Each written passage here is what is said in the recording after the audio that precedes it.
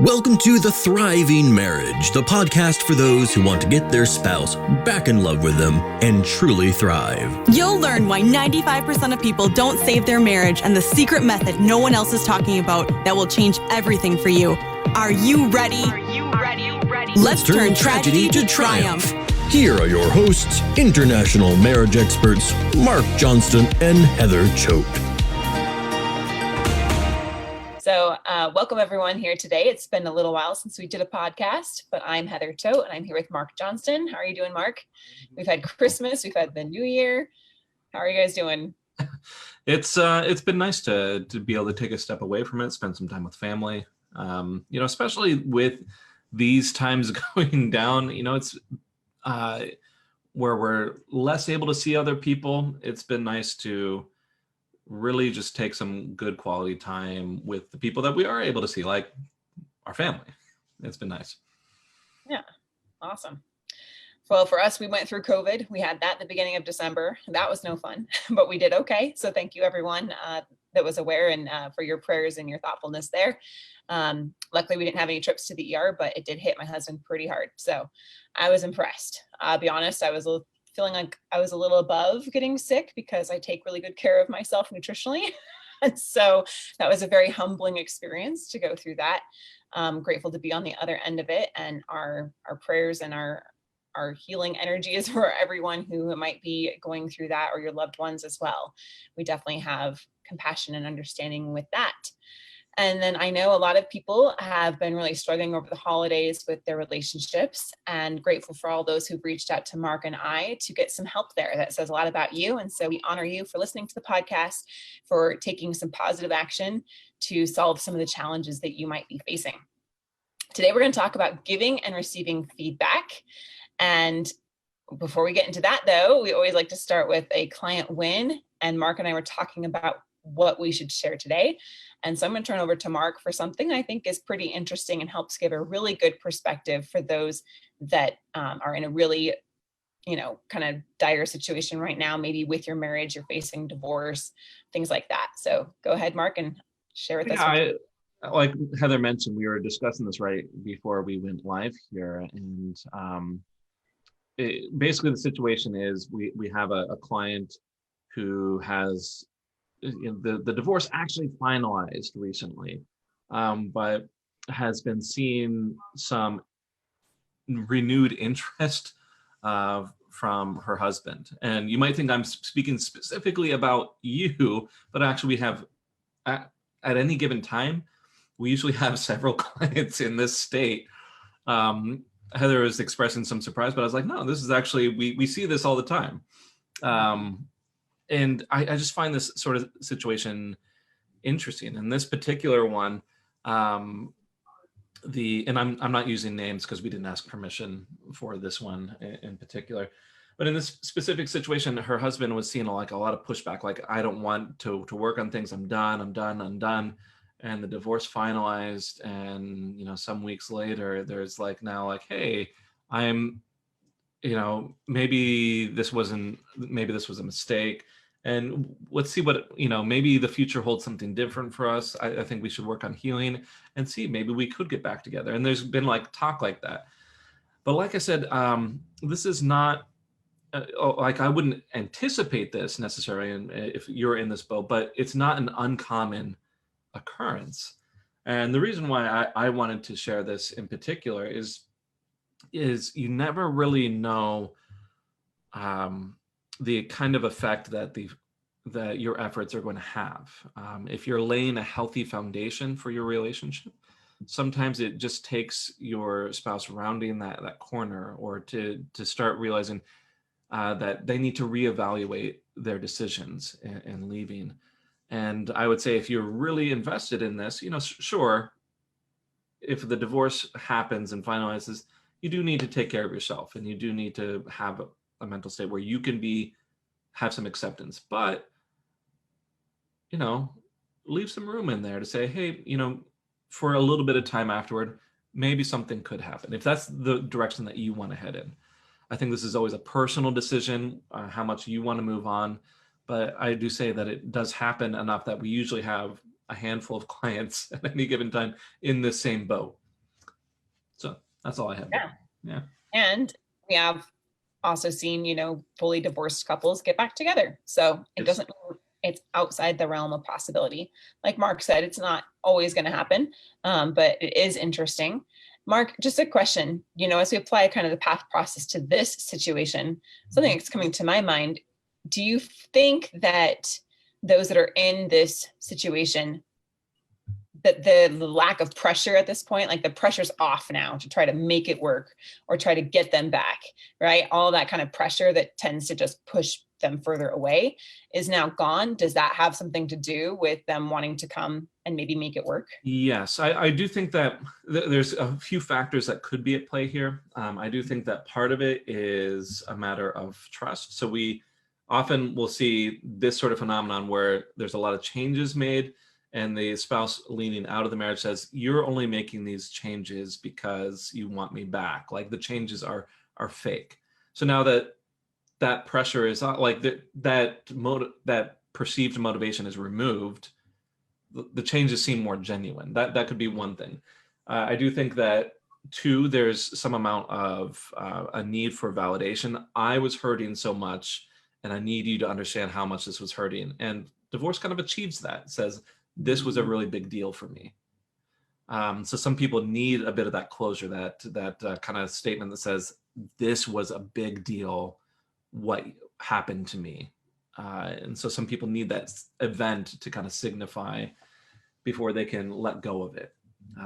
But I'm just like speculating here, and I like to do this a lot, like make guesses at what other people are thinking, but there's a lot of different reasons that could be, but I think those are some of the bigger ones.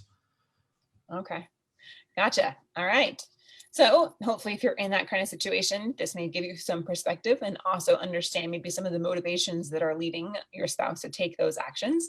And as always, we have our coaching and our path process that is designed to help turn those things around before it even gets to that point. But like Marc said, just knowing that there is possibility no matter where your relationship might be. And sometimes just taking the pressure off the situation and off the relationship gives it a bit of breathing room, which is much needed. So now we're going to talk about giving and receiving feedback. So Marc, I always like to start with getting clarity on exactly what we're talking about. So what would you say feedback in a relationship is, and why is it important? It sounds like such a cold term, like, okay, like here's some feedback, but really, like in my opinion, when people are saying, okay, we have communication problems, it's usually this. This is usually like working on communication. And honestly, I do think that feedback is one of the most important things to get right within a relationship. And it's not just me, there's some big names within marriage research. John Gottman, Dr. Gottman is a huge name in terms of relationship research. And he talks about the importance of repair. He actually says this is the most important skill to have within a relationship, beyond anything else. The most important skill any couple can have. And feedback, I really think, is needed in order to actually start any sort of repair process. And what I mean by this is there needs to be an ability for someone to say, hey, I have a problem here. And for that concern to be heard and valued, essentially. And like I said, I think this is very, very, well, almost, I would say 95% plus percent of the time, what is meant when people say that they have problems with communication. It's because they say, okay, I'm trying to let my spouse know of a concern or want that I have. And somewhere in the process, there's a breakdown in being able to be heard or being able to communicate those needs or concerns or something along those lines. I also think that no one really is able to read their partner's mind. Of course, we know this. You and I, we talk about this on the podcast quite a bit. And so feedback is absolutely necessary to allow your partner to actually support you better. And I think that this is both a cure for many problems, and I don't know like as long as we're using medical terms like cure, it's also kind of like a vaccine, or it's a preventative measure for problems. So this is like a really important skill, just being able to discuss concerns and needs and have them heard and valued and acted on. Okay. So help me break this down a little bit, and maybe this will be helpful for those listening as well. Can you give us an example of what maybe good feedback would be? Let's say I'll create a hypothetical situation here. Okay, I'm the wife and my husband comes home every day and just gets on the couch and I'm feeling overwhelmed. He just watches TV for several hours and I'm making dinner and taking care of the kids and I'm not getting any help. And I ask him for help and he just kind of ignores me and keeps watching a TV, says, I just need this time. You just take care of that yourself. How would good feedback occur? Can you give me an example of like what the wife could say in this kind of situation that would be an effective form of feedback? Sure. Before we get into, I'm going to point out, we always do this with our monthly trainings, but just so everyone knows, this happens to be the topic of the training in our subscription material. So we do go really in depth into this, but just kind of an overview. There are specific elements that really make for better feedback. I think there's some elements that are good for giving feedback, some that are good for receiving feedback. But some of those pieces of good feedback, I think being specific is one of the big ones. I do think that people will sometimes give kind of these vague complaints without really thinking about really what it is that they're unhappy about.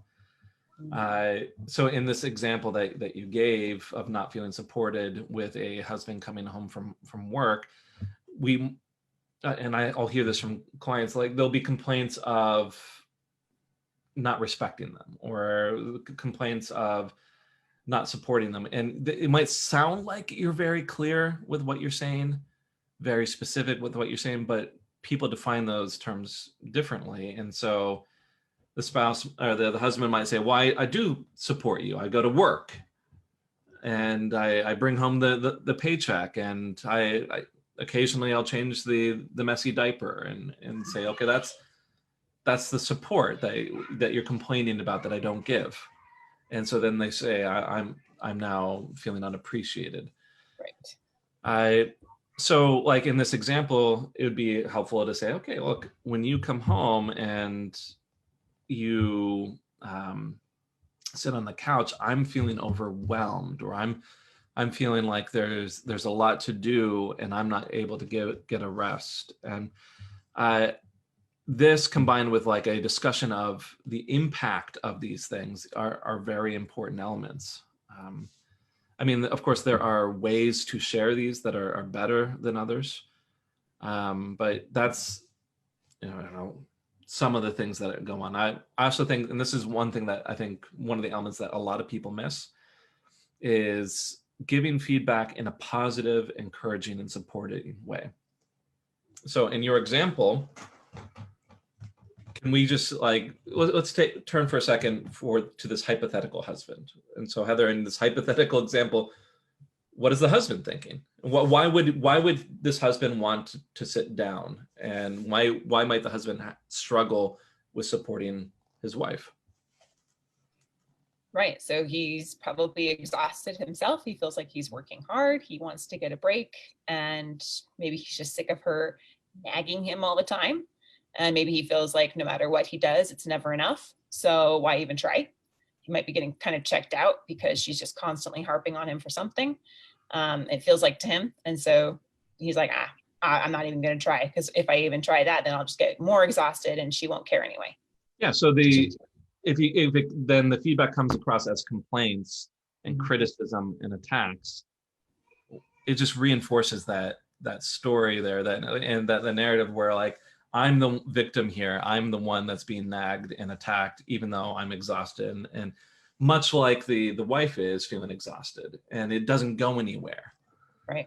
Alternatively, if there was more like, and this is another one of the principles, if there was some validation of that and there's some encouragement and support, acknowledging like where the husband might need some support in supporting her, it might go a lot easier. Say, hey, look, I know you're exhausted and I know you're tired.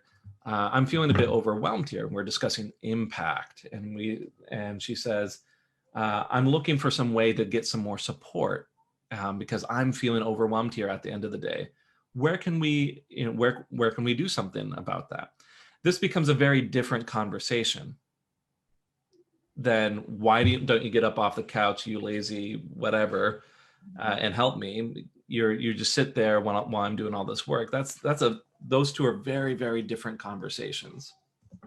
Agreed. Okay. Awesome. So thank you for going through that example. I think we'll get more into it as we go. And like you said, we have the full training on this. But why aren't couples just good at giving feedback? Like, why aren't we good at really expressing what's going on? It's so easy to kind of get derailed here. We get emotional and we just kind of say the first things that come out of our mouths, right? And like you said, the story, we tend to start to create stories about each other. And then the stories, we just feed into those same stories. So Heather, I think I'm going to ask a question here. I think that you generally, we work together, and I think generally you and I have gotten better at giving each other feedback. But where did you learn skills like this? We're laughing because the question is absurd, essentially. Right. Definitely not something that I was, taught. It kind of went through the school of hard knocks, right? And learning that this way definitely wasn't working.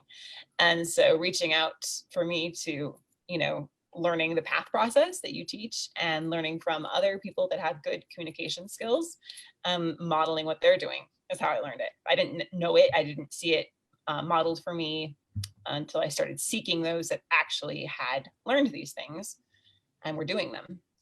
Like Heather, I think in some ways, I think you're an exceptional person in this way. Like I noticed that you really seek out growth, and that's just, and we can all kind of admit, and nothing against anyone in our audience, but most people aren't like this, where they're saying, okay, I'm going to be seeking out all these ways to improve myself. And I'm going to say that many people are in the same sort of boat, that this wasn't really talked about directly in most people's lives. I know for me, it wasn't. Right. Even though so Jen and I, my wife and I, we sought out a pre-marriage course through our church. We were like, okay, we're gonna get this done. We're gonna be prepared. And just quite honestly, I'm looking back, it's kind of junky. It didn't really do much. But we were like, okay, we know how to communicate now. And much like you, Jen and I struggled or stumbled a bit on this, and we had to figure it out. But a lot of people don't have healthy examples to kind of look back on. Right. If there's a lot of baggage, trauma in their childhood, if they had somewhat absent parents, or parents who really weren't aware of these sort of things, parents who might have patterns of avoidance or dismissal of feedback or invalidation. It's just, these patterns are going to be passed down to kids. And so feedback isn't really handled well. It's treated as, this isn't something you should talk about. Don't bring up problems. Why are you attacking me? Why are you so ungrateful? And just, it's not a focus in our society. I don't really know. Maybe I'm just not traveled enough. I'm not really aware of any culture that really does focus a lot on this. Not at least as a widespread thing. No, I don't know if you're aware of any. No, I'm not. I know, I can see it would be a huge benefit to society and to relationships if we really focused on these kind of healthy habits and patterns. Like, we focus on eating healthy food, right? What if we focused more on giving healthy feedback and receiving healthy feedback in a way that supported our relationships, like we're trying to support our health, or different areas of our education, right? If it was as important, I could see it would make a huge difference in society as a large. But no, it's not. Yeah. I mean, Jenna, we've sent our kids to a private school that tries to touch on these things. So this is going to be a plug. I really like Waldorf education. That's what we're doing, and they try to have some of these social aspects built into their curriculum. But I think it's not a regular thing. Right. And so what happens here is these patterns get established, often in childhood. This is the normal way to do things. And because feedback is dismissed or there's angry reactions to it, trust is lost and you can't open up as much. And then you start, because you can't provide this feedback, you start being a little bit more vague about it and becomes a little bit more directionless, and it just comes across as criticism and it just reinforces the cycle. Right. So either we learn not to say anything because we're ashamed and put down ourselves, and that just causes us to just want to hold it all in because we don't want to be someone that's aggressive or, go through that kind of level of shame again, or when we do say it, we just have lack of trust that it's going to lead to any good results. Right. So it's just kind of ineffective emotional vomiting at that point. Right. Yeah, exactly. And then this is where couples say, we don't communicate well. And this is essentially what they're describing. So we both kind of made comments on this. I'm wondering if there are good examples of feedback. I mean, has there been anything in your marriage where you have been able to approach Ben on big topics and he listened and he followed through, or vice versa? Maybe some examples of that I think would be good. Yeah. So the thing that comes to my mind is actually just in the last 2 weeks. And I wouldn't say it was a big thing, but this is an example of how little things do become big things. And so I feel like it's a really powerful example of how we've been able to change and improve our giving and receiving feedback, our understanding each other's perspectives, right? And trying to build that empathy and working together as a team.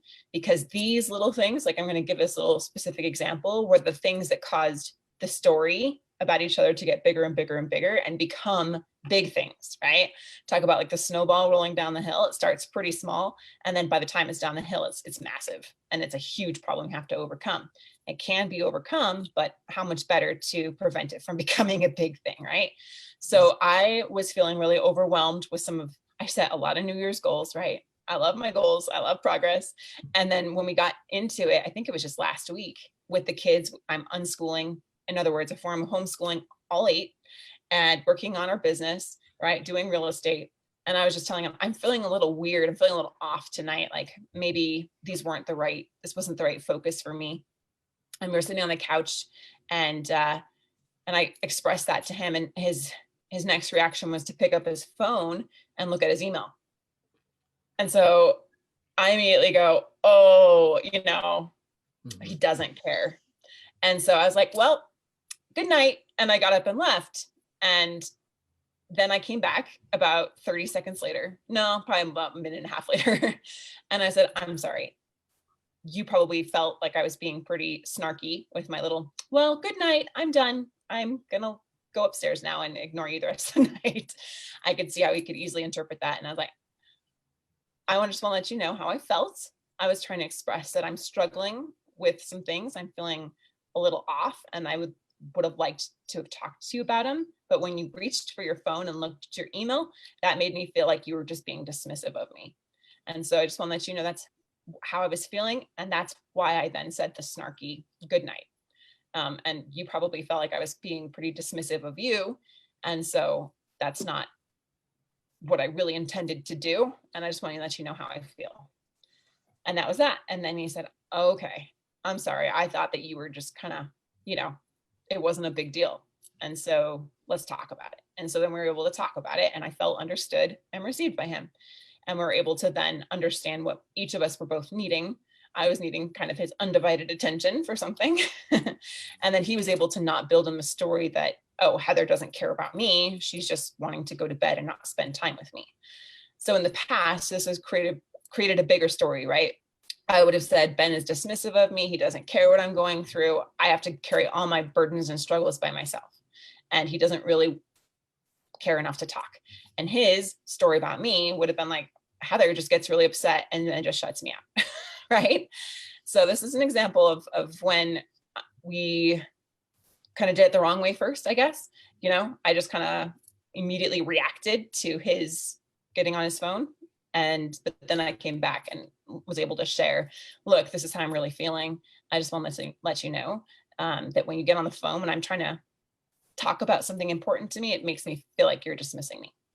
And so that right there then took the whole thing down, right? From heightened energy or, reactive emotions to really understanding each other, and then working together as a team on how we could solve both the problems that I was maybe facing and our communication in the future about, letting him know, I have something really important to share. Do you mind if we can talk about this with no interruptions? So I can set the stage right for the conversation to go better in the future. And he understands this is important. And then we don't get into that misunderstanding each other. Do you see what actually made the second part work? I think there's a very specific thing here. I want to see what you, before I start interpreting your own marriage here, why do you think it worked out? Well, for one, I was able to take a couple of breaths and come back level-headed. And I wasn't blaming him. I wasn't criticizing him. I was saying, look, it made me feel this way when you did that. And I'm sorry again for the way that I acted. And I could see how you might feel this way as well. So I was taking accountability for my part in the interaction, as well as just letting him know how I felt without going into, the story of, you are dismissive of me, or you don't care. If you cared enough, you'd put down your phone and listen to me. Right. Yeah. So I feel like I approached it from a gentler place and seeking to share genuinely how I felt and being true to those emotions, true to my authentic self, rather than trying to suppress anything, and also giving him space to be his authentic self. The word here is, it's validation. And that's what ended up, that sums it all up right there, is each point of view was heard and valued. And that's what allowed you to be like here. I feel like kind of like here I am interpreting your interaction, but I mean, that's essentially what happened is it allowed you to be more gentle there as you were describing it. You say, because you started looking at, okay, how could Ben's perspective be valid here? He could have seen this as me being snarky or dismissive or something along those lines. And because there was some validation there, Ben, you and Ben have a good relationship, but it made it a lot easier for your view to be validated as well. And he said, oh, okay, well, this is actually important here, Heather, now that I understand what's going on. And that's really, like, if I had to point out like the key principle to both giving and receiving feedback, it would be that right there. Validation. Exactly. What it does emotionally, and I'm sure anyone who can kind of like go through this scenario or one you've experienced, is it takes your defensiveness down. It takes that like insecurity, the feeling like I can't trust you. Is this going to work? Am I just going to be hurt because I'm being vulnerable here? Right? It takes that defensiveness down when you receive that validation and you give validation. It really helps to create that bridge there. Absolutely. So for me, myself, like I'm thinking like kind of like a bigger scale, like where did in my marriage, and I think I've probably shared this story on the podcast at some point, but I like it as an example within my own marriage. I can remember a time when both Jen and I were also feeling overwhelmed, and I had a full-time job and I had full-time grad school. I had a part-time job, and on top of that, and then we also just had our third child. So very, very busy time for us. And Jen and I were feeling a bit worn down, weren't really feeling a lot of connection with each other. And we came to each other and we started complaining, like, why aren't you really investing into the marriage? What's going on? And the thing is, when we are able to stop for a second and say, okay, even though I'm not feeling this myself, okay, here's this valid point from my spouse, it was much easier to sit down and say, okay, well, what's actually going on? This is where Jen and I started really getting into love languages, which I think is really good for some problems. And we said, oh, okay, we're actually both trying to give a lot to the relationship. We just were speaking different love languages.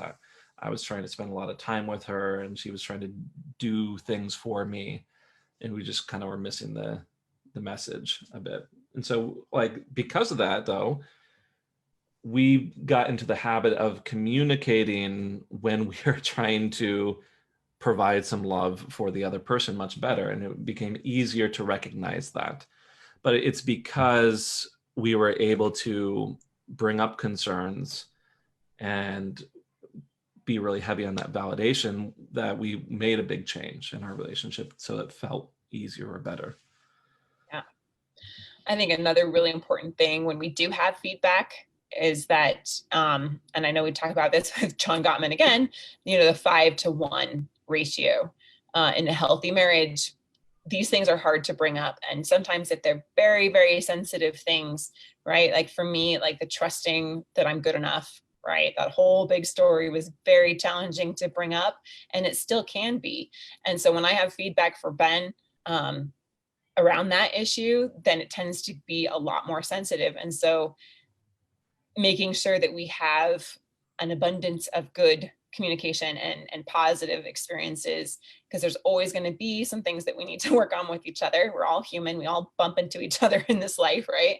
And cause a little bit of damage and a little bit of havoc, but definitely in a healthy relationship, striving to have more positive interactions to handle these more, negative ones in the most positive and effective way. Mm-hmm. I think a lot of our the people listening, I can almost hear out there someone crying out, "What if I don't have good communication? Or what if they won't give me the feedback?" Then it's almost like the sixth sense. We can hear people asking that. Right now, we actually can't see the comments because we like Heather mentioned, we had some tech issues doing our normal way of streaming this, but I can guess that there's some comments that go in that way. And for those that are in that stage, we have many podcasts and resources about how to get good, communication established, how to get them to open up. That's kind of a whole different ballgame. We're looking a little bit further down the process, more often than not, on giving feedback when it can be received in a way that isn't going to totally backfire. Exactly. I would say that, it's much more a matter of possibly like building up trust, or, like just encouraging feedback, encouraging them to give you feedback and really treating that well. There's a lot of little things that could be wrong. But it is, if I had to boil it down to one thing, it is, like I said, it's a matter of trust. And if there's been years of being shot down when an opinion is expressed, they're going to be a lot less likely to be open to giving feedback, to discuss their concerns. It won't happen. Yes. And so that's like going into the deeper levels of intimacy and connection. But even if things are very surface level or tense or closed off right now, still giving validation, as you know, and those who've, learned our method, giving validation. I see that this is really hard for you, or I see that you're really struggling here, or I see that, you're having a hard time trusting, just validating. Sorry, I've got a toddler in the background. This is just what it is with I have to constantly, even during some of my sessions, I get the same thing. Luckily, all my kids are occupied right now, so. Yeah, you got it more together than I do. Oh, that's great. Well, you also have more, I think, at home than I do, so.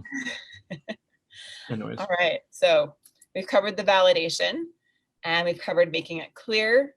Let's talk a little bit about the timeliness here. Why is it so important that this feedback is timely? I'm mostly saying this because I see over and over and over again people who sit on these sort of feelings for so long, and then they become dead to it, and then it just eventually it turns into apathy within the relationship, or a large amount of resentment.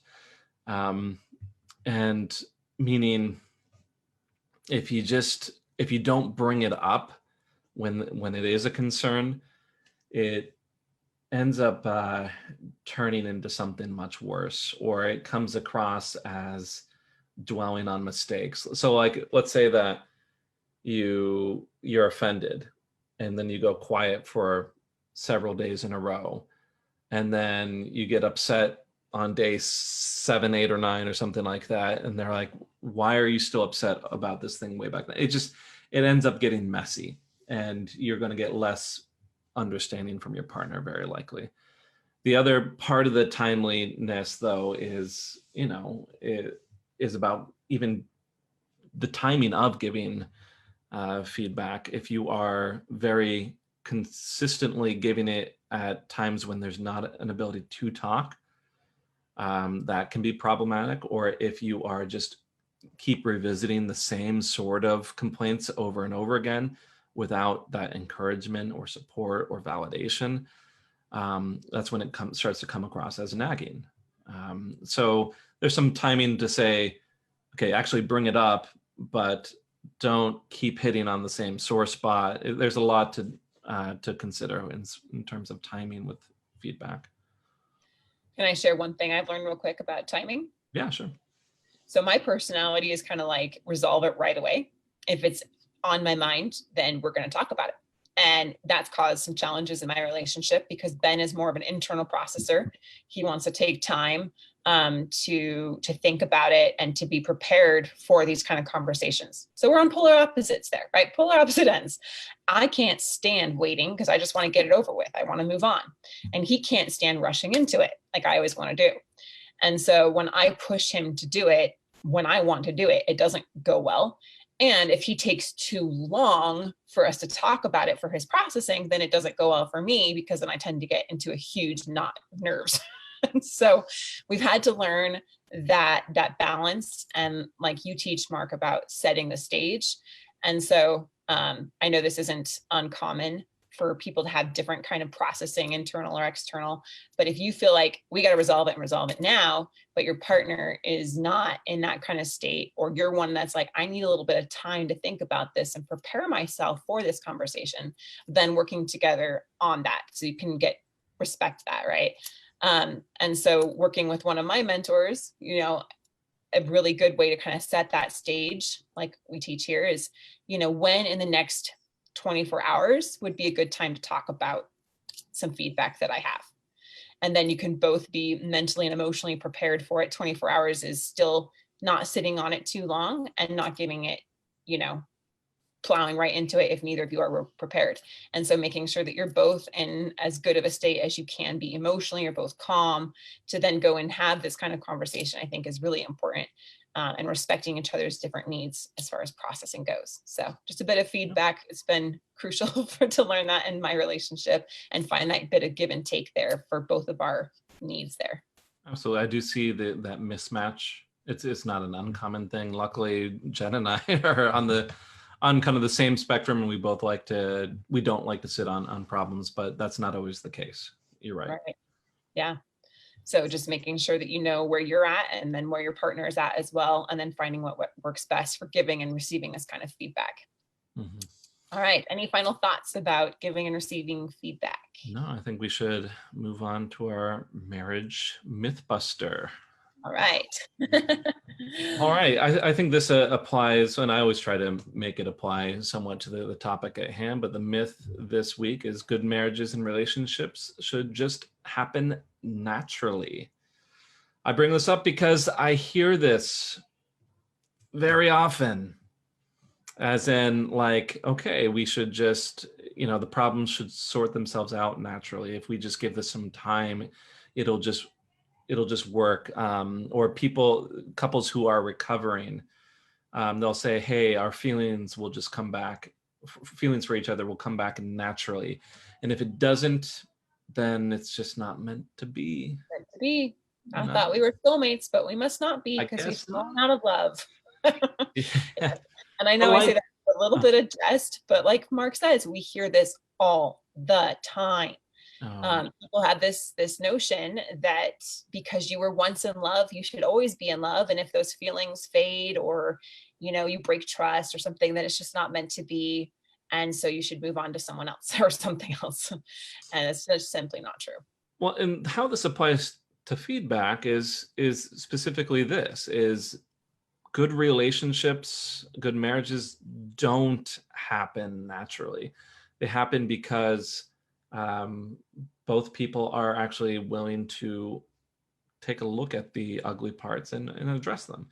Now, I would say certainly it is easier to reinforce an already healthy marriage. And that's why people might have this perception that it feels easy, therefore it should always be easy, because at one point it was easy to give and receive love and everything else.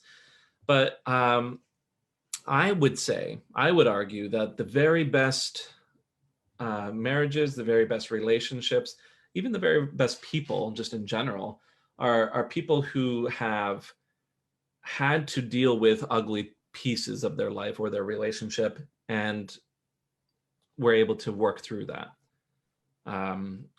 It tends to be that people who do that come out stronger, closer, more intimate in their relationship.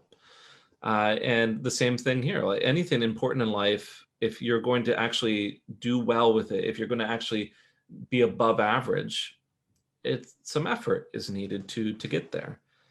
And just because there are struggles doesn't mean that your marriage isn't worth it. It's actually can be a really good thing, oddly enough, if you do experience some struggles and then make it work. So in talking with some of my team members, the other coaches on our team, this week I was actually discussing some client issues, and I was noticing some of the newer clients, and if once again, if you think I'm talking about you, you're probably wrong. But I was seeing a lot of kind of this idea popping up that people looking for easy solutions to the relationship problems, as in, I don't want to face this uncomfortable bit here. I don't want to go through this struggle. I just want you to give me the one piece of advice that will make everything better.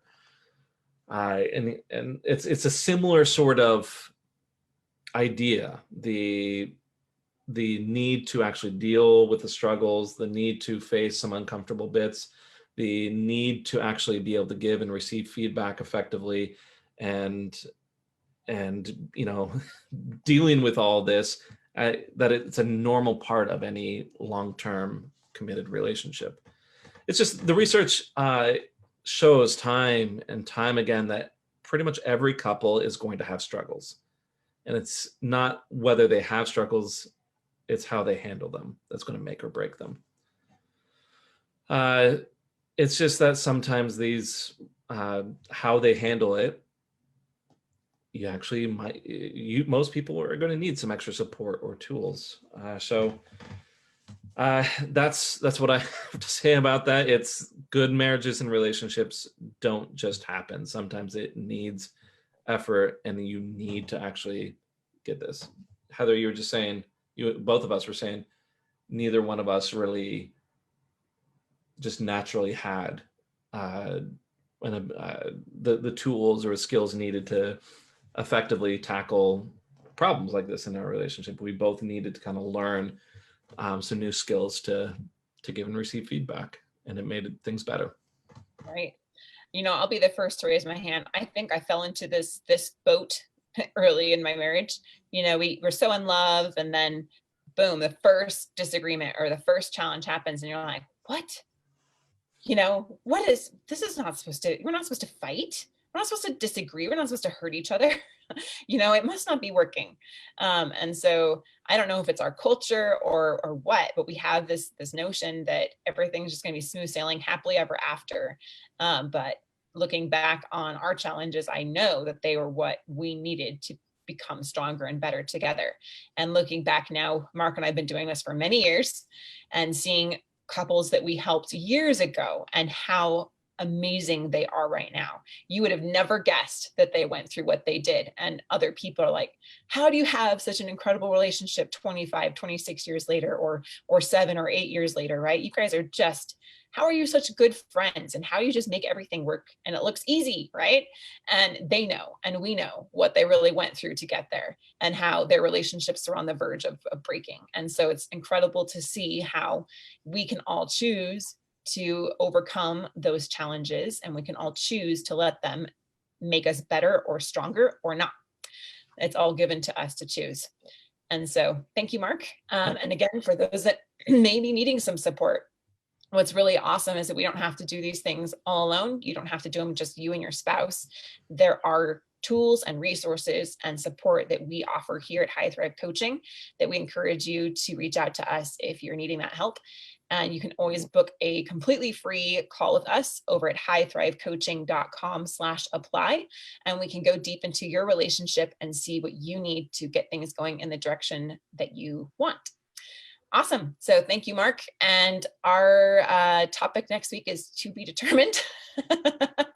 So we'll have a big surprise for you guys next week. All right. But yeah, if there's anything you guys want us to cover in the podcast, always reach out to us over on Facebook. You can join the Thriving Marriage Facebook group, and we love receiving your feedback there. So appreciate you guys. Appreciate you, Marc. And thanks for joining us today. See you, everyone. Thanks for listening to The Thriving Marriage, your A to Z blueprint for not just surviving marriage, but thriving. Until next time, my friends, thrive on.